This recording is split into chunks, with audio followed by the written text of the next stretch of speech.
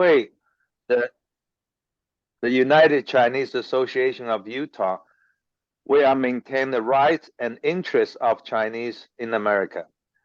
We are strengthening communication within the Chinese community and promote the development of Chinese individuals in the United States. 我们的宗旨就是维护在美华人的权益，加强华人社区的交流，促进华人在美发展。所以如果说有任何的需要或者询问，我们华联会呢会尽力来给大家提供渠道或者帮助。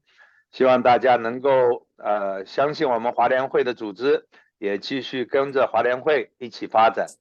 非常荣幸能在这边，我就把下面时间交给 Cam 议员做我们的 moderator。Thank you very much all.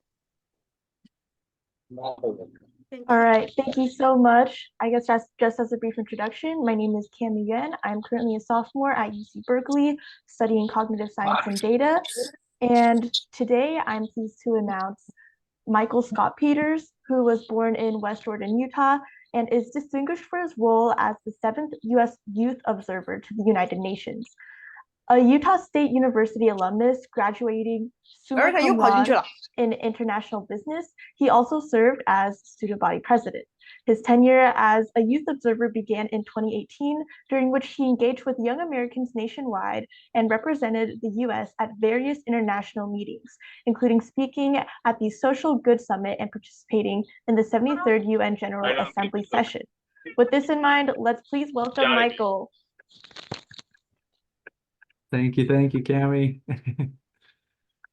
Well, it's an honor to be here for everybody who's online. Today we're going to talk a little bit more about how to serve in international affairs, and I'll share a little bit about my experience at the United Nations. I want to keep it conversational, so we don't need to wait till the end for questions. We can talk about those throughout the way. I do have some slides prepared as well on how to get involved. I know that's a common question that many have is, you know, how could I join an internship for this summer, or how can I get a job with the United Nations? So I have a few things prepared that we can talk about there. Before we jump in, are there any initial questions from the group or anything that's on your mind?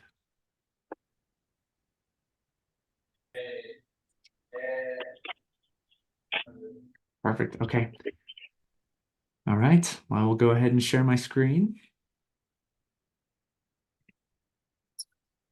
And can everybody see it? Yes. Okay. So, serving in international affairs. I want to just give a preface on the United Nations. Some may be more familiar with it than others. Really what the UN is, it's the international organization that makes up 193 countries from around the world.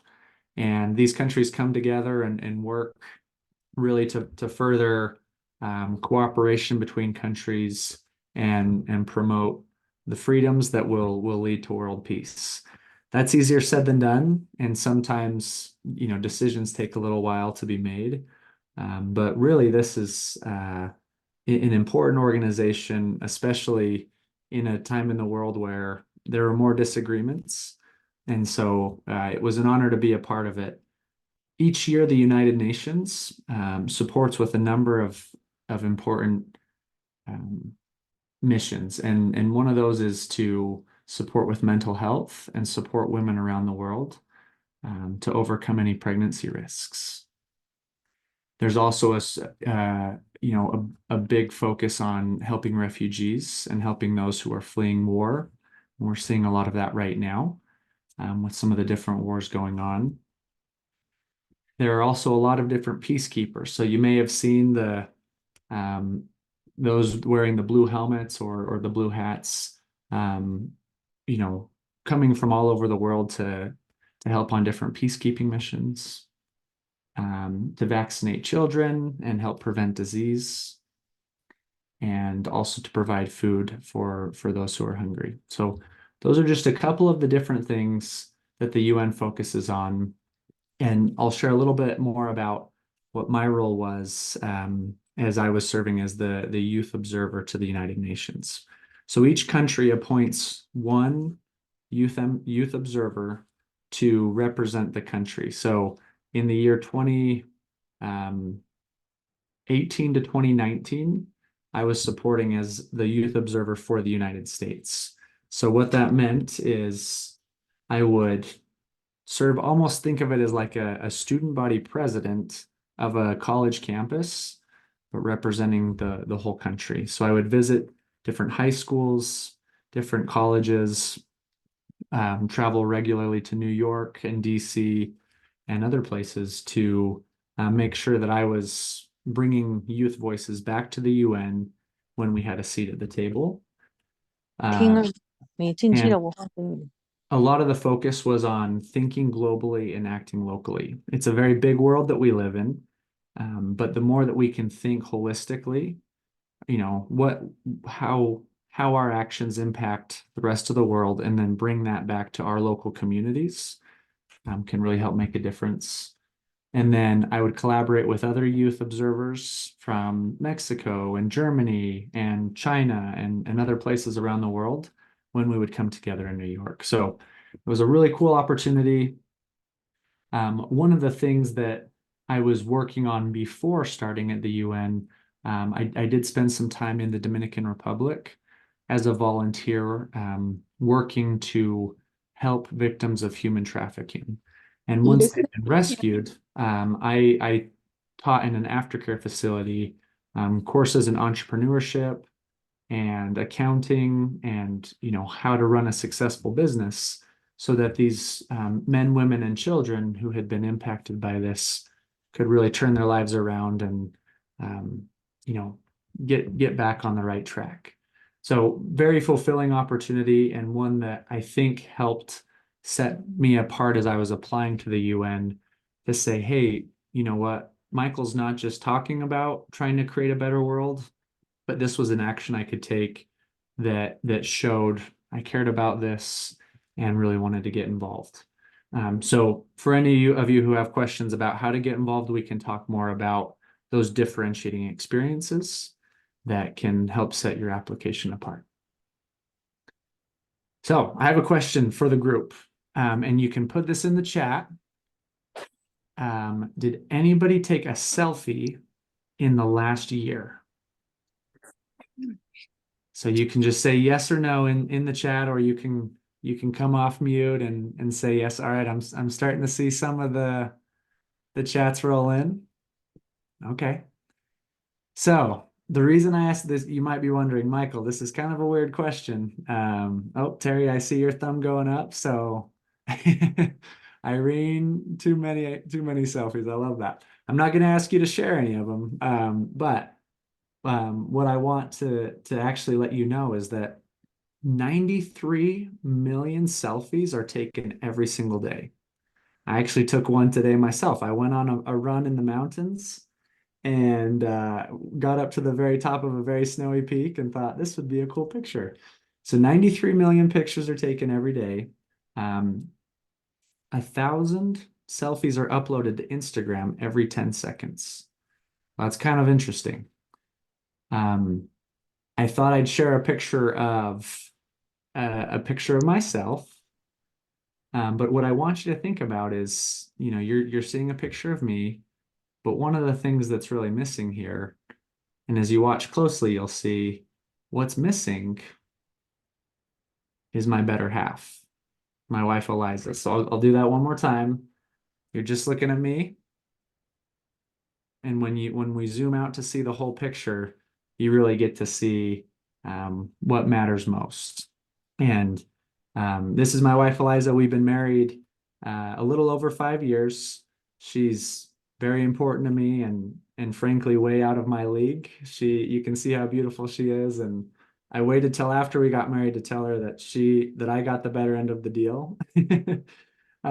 She's incredible. But what I want to share with this is something I want us all to remember, is that the world is bigger than your selfie. Sometimes we spend a lot of time thinking about ourselves, right? You know, you wake up on a Saturday and you think, what do I need to do? I need to go grocery shopping, or I need to do X, Y, and Z. And we forget to think about the world around us, right? What makes our community strong? And so one of the key ingredients for success, especially within the United Nations, is to take that view. You remember the picture of just myself. When you take a step back and expand to look at the bigger picture, that will be what leads to success. And that's where we'll focus today. So the Sustainable Development Goals, you may or may not have heard of these. There are 17 goals that were set by the United Nations, and the goal is to accomplish these by 2030. So I'll share these up, and I'll give you just a moment to look at them. These are ambitious goals. You think about, you know, ending poverty around the world. You think about no hunger and good health, good education and gender equality. These are things that we all strive for, but it's not something that can be solved in a day. And that's why these were set in 2015 with the goal of accomplishing them by 2030. This is not something that can be solved by the United Nations alone. It takes each and every one of us to do our part to really help make. So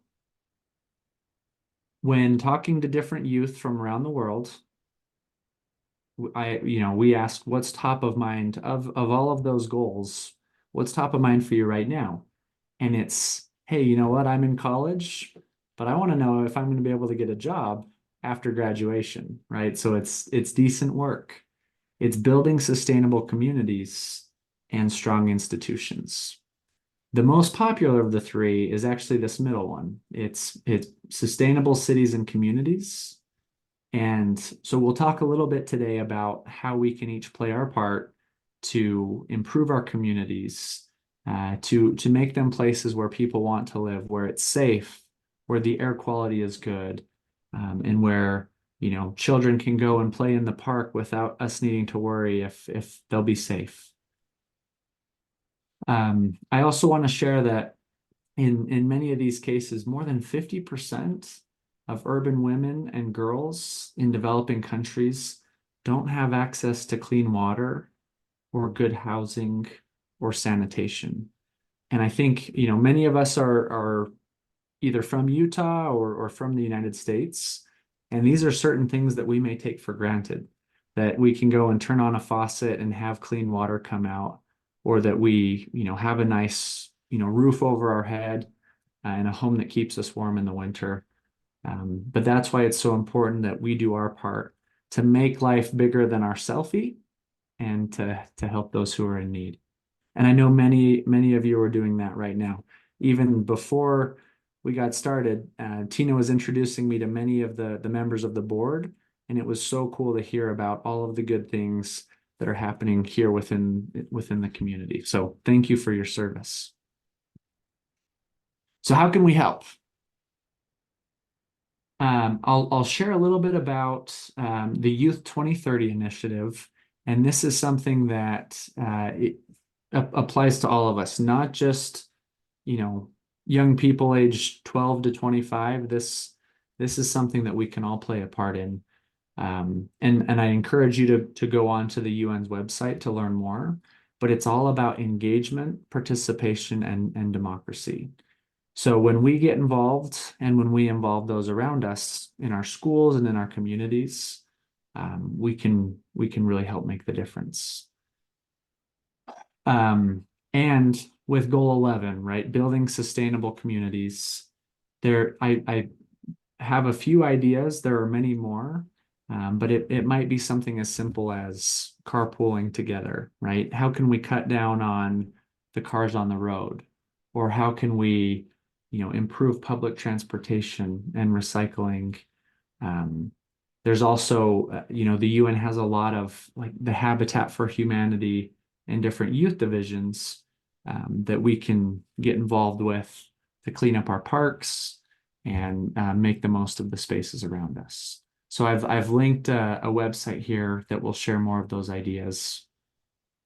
I'll pause here and just see if anybody has any questions up until this point about the goals of the UN, right? What's the mission? What are the Sustainable Development Goals? And then how we can help before I jump into applying. So up until this point, are there any questions that you have? And you can ask them live, or you can put them in the chat. All One right. second. Fred Go ahead. asked, to what extent do these goals need to be achieved?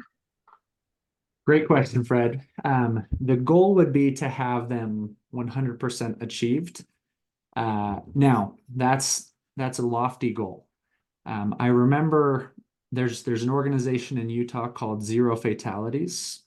And one of the things I really loved when listening to this organization speak, it's about safe driving on the roads.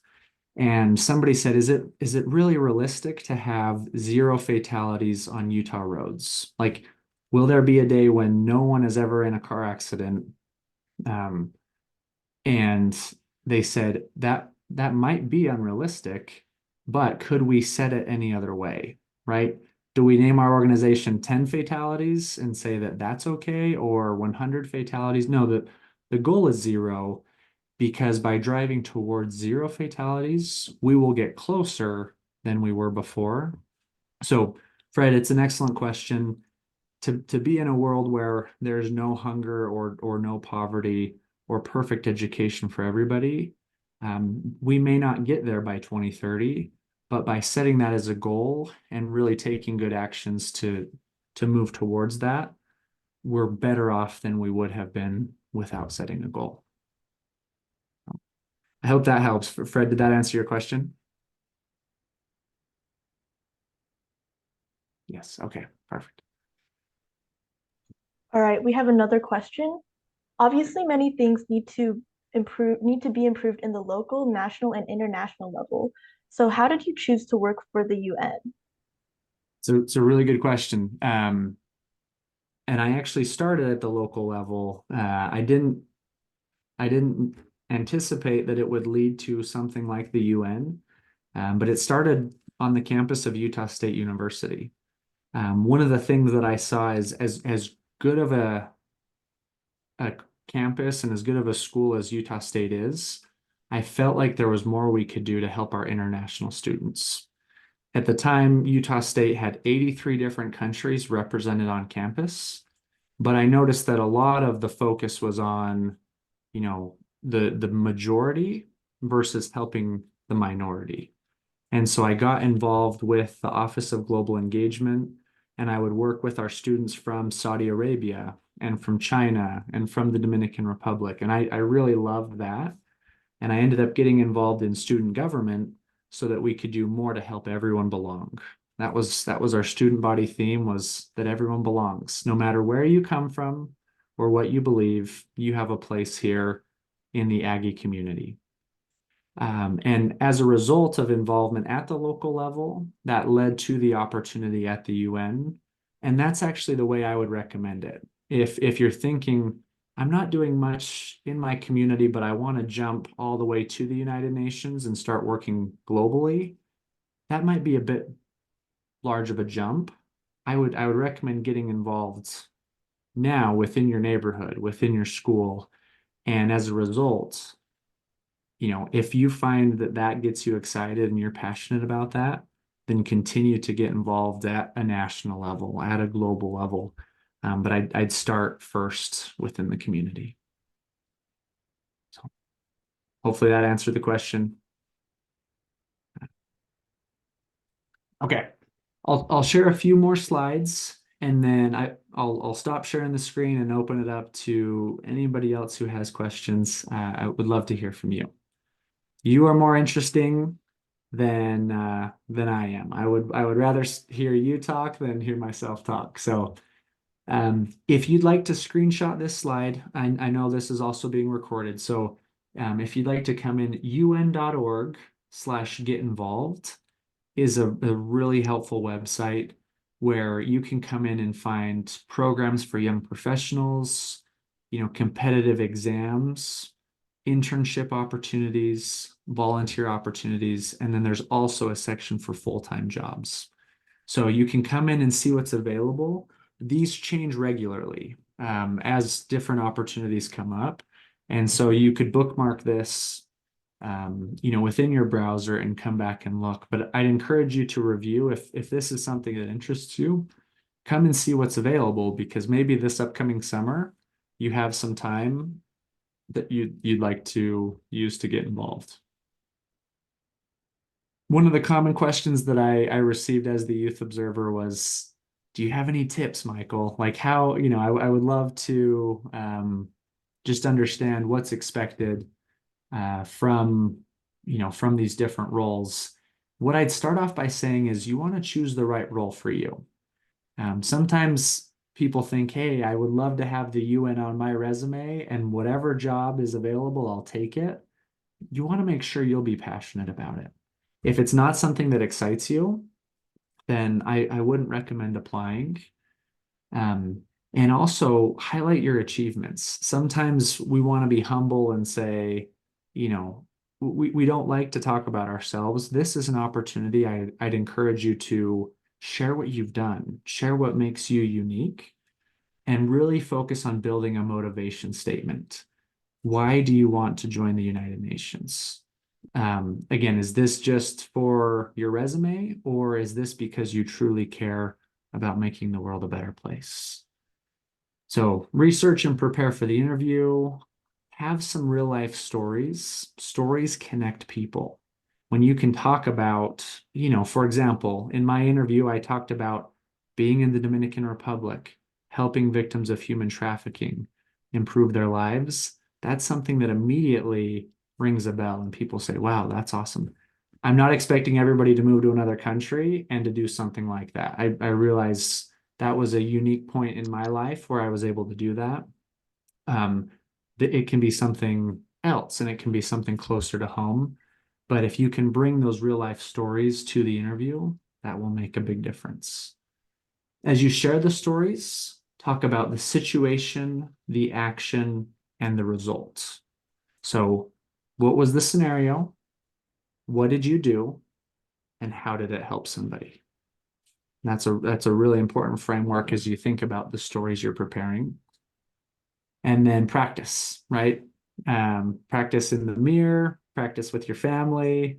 The more that you can overcome any of those awkward, interview things that we all do, the better you'll be on the actual day. So finally, some of the key competencies, I won't go into each one of these, but some of the things to just think about is, this is what the United Nations is looking for. And so if you feel like you're strong in some of these areas, highlight that in the interview. If you feel like there's certain areas where, hey, I wish I was a little bit better at leadership or empowering others or, technological awareness, those are things you can be working on now so that you do have a good story to share when the time comes. Okay. I'm going to share one final story, but I did see that there was a question in the chat. Are these paid or unpaid internships? The answer is they're both. So you'll be able to see that when you go onto the website, and it'll let you know. Some of them are volunteer opportunities that are unpaid. Some of them there are programs or there are jobs where you are paid. So it depends on the specific role, but I would make sure you're aware of that before you apply so that you're not surprised later. And then somebody just joined. Can you provide the website link again? Oh, yes. So I'll go back. And it's right here. un.org/ this is for English / get involved. So there's the website to get involved. And yep. Okay. So final story. Actually, question. And if I had a candy bar, I'd give it to you. But we're virtual. So first person to put in the chat, who knows who this is on the right? Does anybody know? Or from what TV show You've seen him before.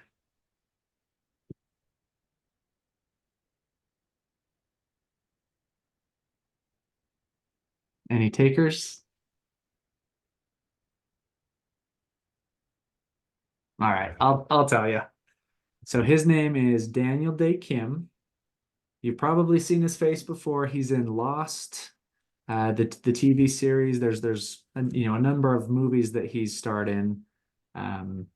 Really great example. And he and I had a chance to sit down in Singapore and have a great conversation about how we can help young people get involved in the work of the United Nations.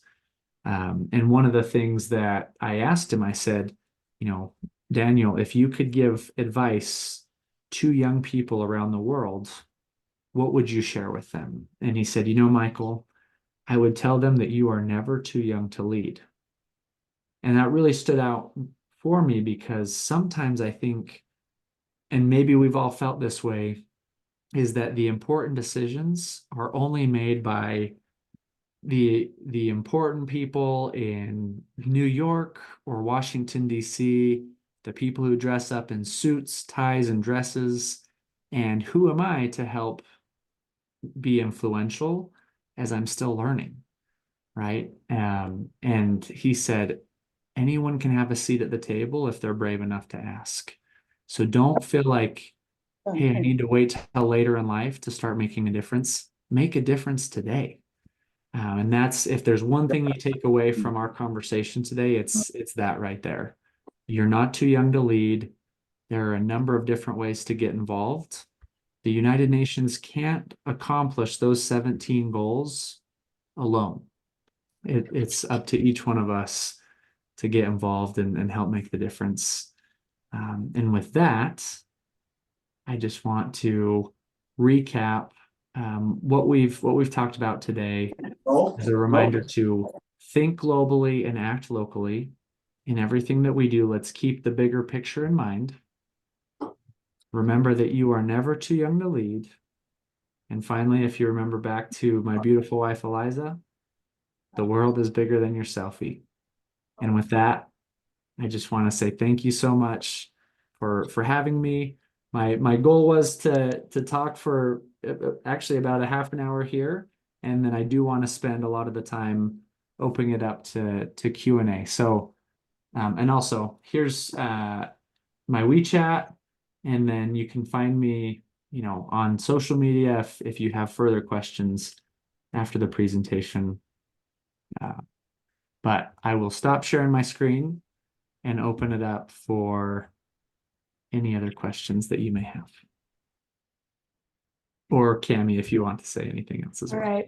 I guess for starters, thank you so much for that insightful presentation. It was really enjoyable, and I love seeing your other half.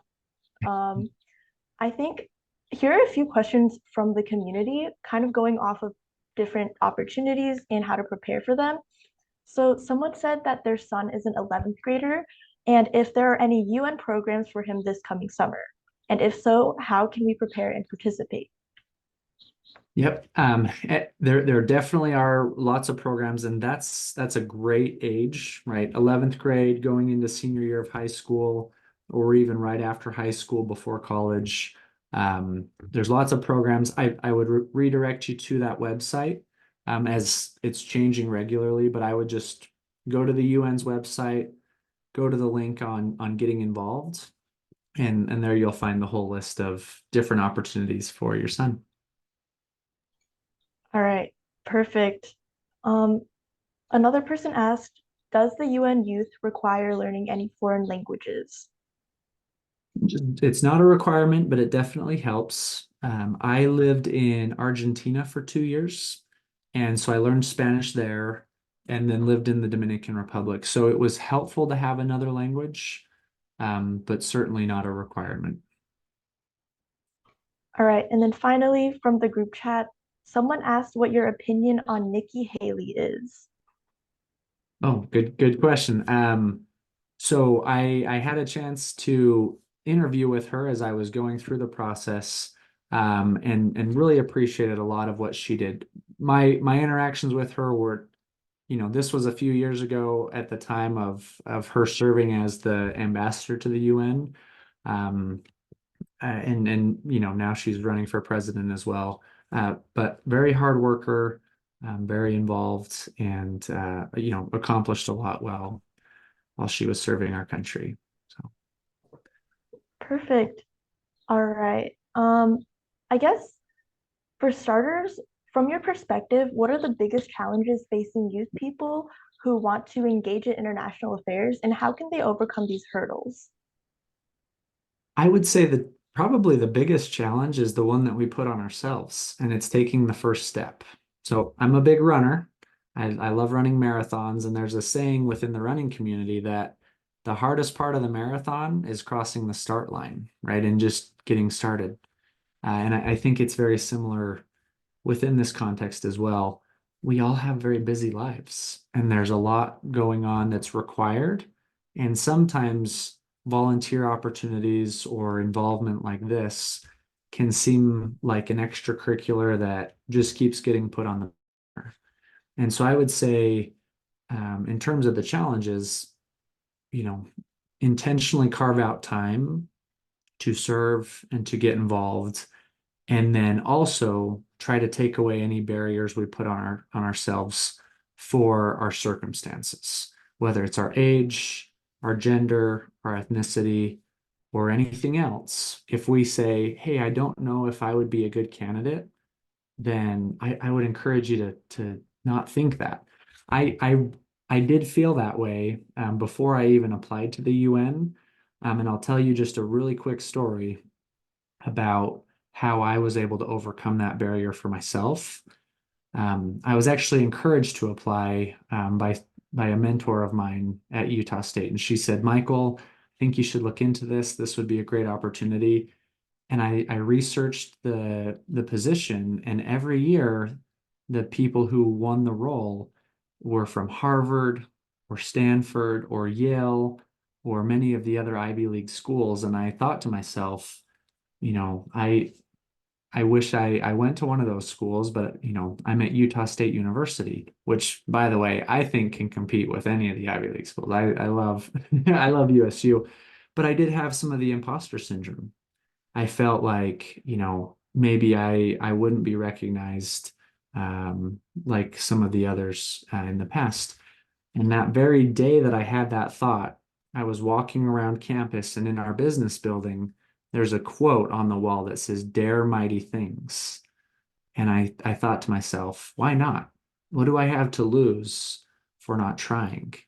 The worst thing that can happen is I get told no, and then I'm in the same position that I am today. But if it works out, this could be incredible.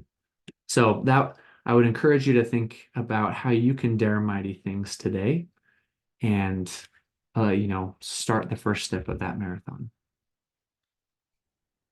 That was beautiful. Thank you so much for sharing that experience.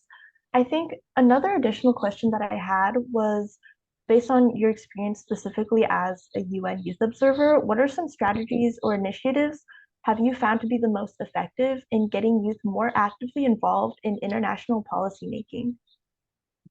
I would say education is very important. I think similar to the last question on where to start, being informed about topics around the world and reading the news regularly, that's something that's really important. And making sure you're reading the news from like an actual source rather than like from social media, right? So I think it's really helpful to be informed about current events, what's going on in the world, because if you want to create effective policy or you want to affect change, you want to make sure you're doing it from an informed place. No, I completely agree with that. I've definitely been a victim of false information on social media before, so I agree. I think on that topic, what are some future developments or emerging topics in international affairs that you believe that young people should be paying attention to right now? I mean, that's a great question. One of the things that I think is super exciting for good and for bad is the emergence of artificial intelligence. right? And I mean, this is something we think back to ChatGPT. That came out just over a year ago, right? I think it was November, December of 2022.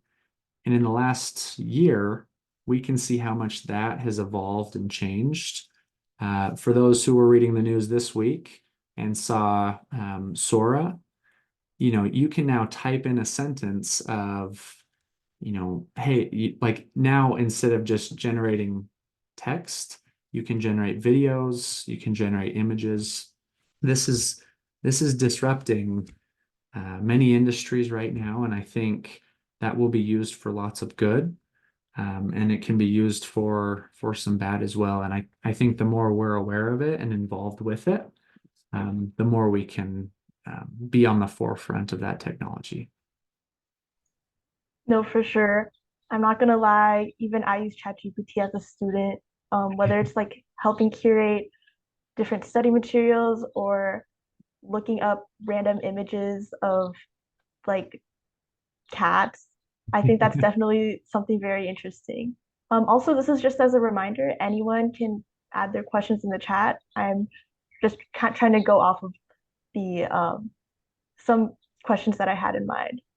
But I think another question that I did have was, I remember earlier in the presentation, you mentioned the importance of community and the importance of starting a grassroots movement. So as youth, how can we effectively start a grassroots movement, and what can we do in our own community to get more involved? Great question. There's a quote from Helen Keller that I love, and she says, "Alone we can do so little, together we can do so much." And when it comes to creating a grassroots movement, recognize that you're not alone, right? If there are others who feel passionate about the topic, then don't be by yourself, right? Come together, talk about and brainstorm ideas for the change you want to affect, and then work on it together. So I'd say that's where I've seen change be most effective and happen in the best way, is when many are involved. And so that's what I'd recommend, is if you feel passionate about something, start talking about it with those around you, and come together to make the change you wish to see. I completely agree with that. I think kind of going on the topic of youth movements and youth groups, could you talk a little bit more in detail about the importance of networking and collaboration among specifically young individuals and groups in the realm of international affairs? Yeah. So I think sometimes networking is a word that people can think, oh, you only network if you want something. And that's not the case. I think networking is about relationship building. And so I would encourage everybody to be building relationships regularly, to be sharing things that are important to you, and asking others in turn what's important to them. And as part of that conversation, and Cami, to answer your question, sharing your interest in international affairs. I would not have even known about the role of the UN Youth Observer if it wasn't for somebody that I worked with. She was the one that found it and said, "Michael, I think you'd be great for this." And I said, "Oh, I don't know." And I disregarded it, didn't revisit it for another 2 weeks. And then she brought it up again. And I said, "Okay, well, I'll look into it." But it was again because I had talked with her about my desire to serve and to help other people, that opportunity came up. And so I would say, in terms of networking and getting involved with international affairs, the best thing we can do is to share, but not make it a one-way street. Let's also see how we can help other people accomplish their goals. No, I completely agree with that. Ever since I came to college, I really never understood the importance of networking, and I completely agree. Like, relationship building and making these connections can improve your future pathways in so many different ways. And it's really heartening to hear from you and your journey to becoming um, such like a significant person in like the United Nations. With that in mind, are there any other everlasting questions from the community or from the viewers? Remember, group, dare mighty things. If there's a question on your minds, feel free to come off mute and ask it, because I would love to hear from you. I wanted to join this today, not just to talk to you, but to hear from you. Yeah, this is really amazing. The conversations between youth and also the PowerPoint you shared with us, I think it's not only knowledge, content lots of knowledge, informational, and also encouraging, inspiring too. I'm pretty sure the conversation will ongoing in our WeChat group. And yeah, thank you so much, Michael. And you really opened our eyes to not only look at the everyday chorus to do, but also the bigger issue. And there are lots of people who's maybe not as fortunate as us. They need help, and we do care. Very well said, Tina. I agree with you. Oh, we also did have another question in the chat. How do you maintain a positive and productive mindset while remaining motivated to contribute, particularly in difficult circumstances? For example, when you observe hostility or discrimination directed towards yourself, your community, or others similar to you? Very good question. I would say, keeping the positive mindset. One of the things that I'll share with you, and there's actually a book behind this as well that I'll actually put the book in the chat. It's called The Happiness Advantage. And in my freshman year of college, so this is back in 2012, I read this book, and there was a concept that it talked about that changed everything for me.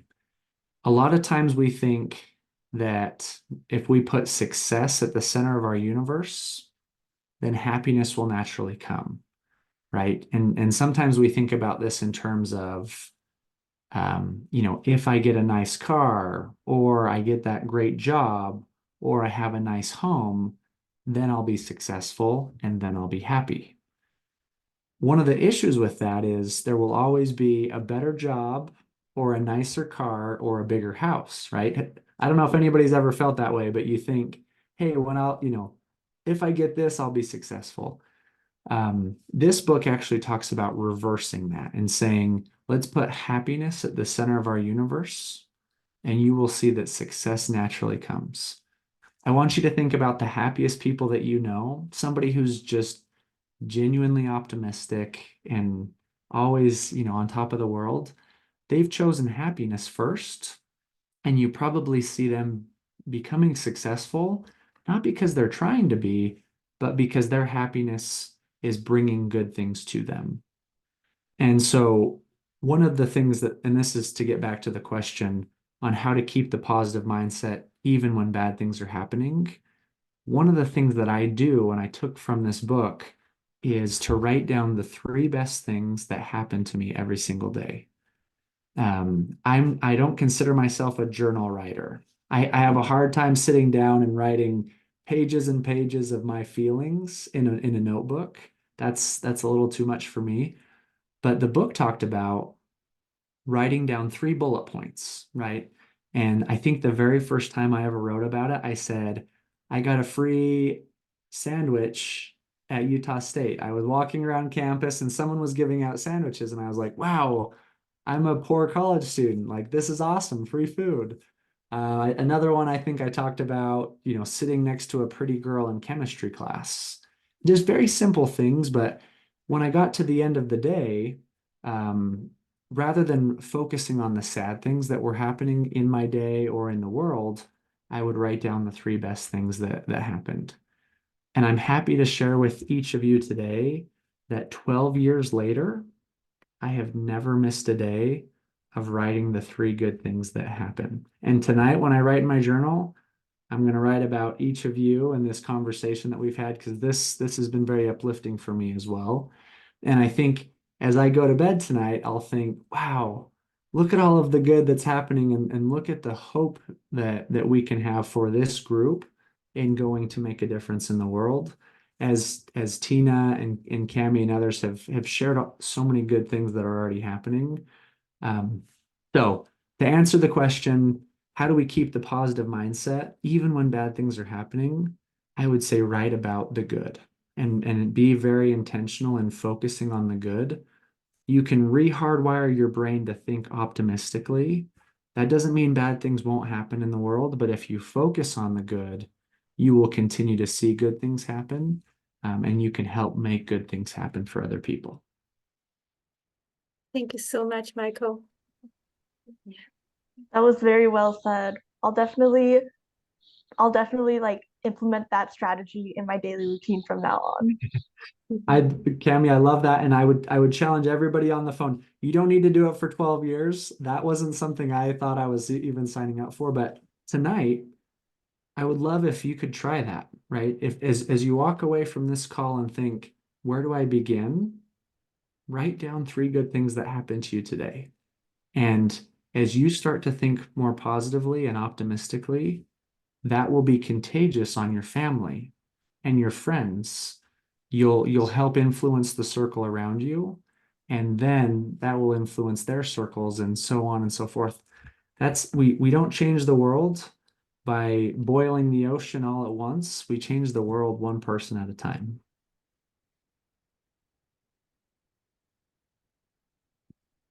Yeah, this is really amazing. I think it also uplifting my life too from this moment. Yeah, I really, really appreciate that, Michael. The information you delivered today is not only how to serve other people, but also serve yourself too. Yeah. To talk about yourself, understand what you really need, and be a better person. And in return, you can lend your helping hand to the people around you.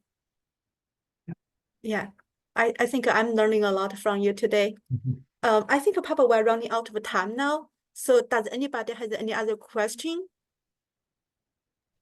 I actually did have a question.